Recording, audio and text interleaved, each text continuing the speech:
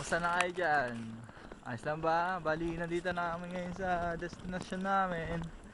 Dito kami magpa-practice ng rodel. Rodel tawag nyo. Parang kagaya nung lalagyan ni Santa Claus ng ano, ng mga regalo niya na hinihila ng mga reindeer.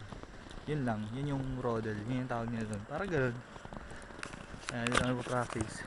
Ito na yung body sea na tinatawag nila dito sa Reed. Man-made na lake. Ngayon, totally frozen na talaga siya, pero hindi ko na alam kung pwedeng lakarin tuloy kasi baka medyo dangerous pa siya ng konti kasi baka siguro hindi pa siya ganun, hindi pa ganun siguro katigas yung tubig, kaya tignan nyo na lang. Yan, tingin tinatawag nyo ng body sea dito kasi yun yung lake dahil sa na body yung tubat ba para maligo.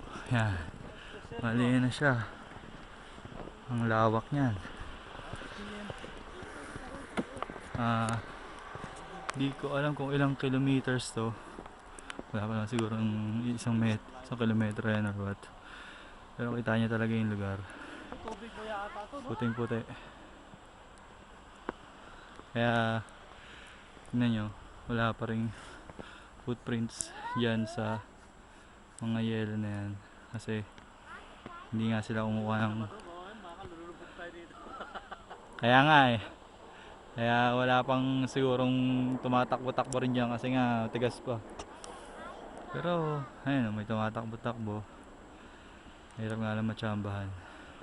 Umuulan pa rin ng snow, pangit kasi yung ano nito kaya hindi masyado makita yung pagbagsak. Wala, mahina, maliliit yung patak pero marami, malakas. Ayun, so kasa yan, bali nandito na kami. Kita-kita na lang ulit tayo mamaya, okay? So mamaya ulit panoorin yung gagawin ko. Stig to, ciao.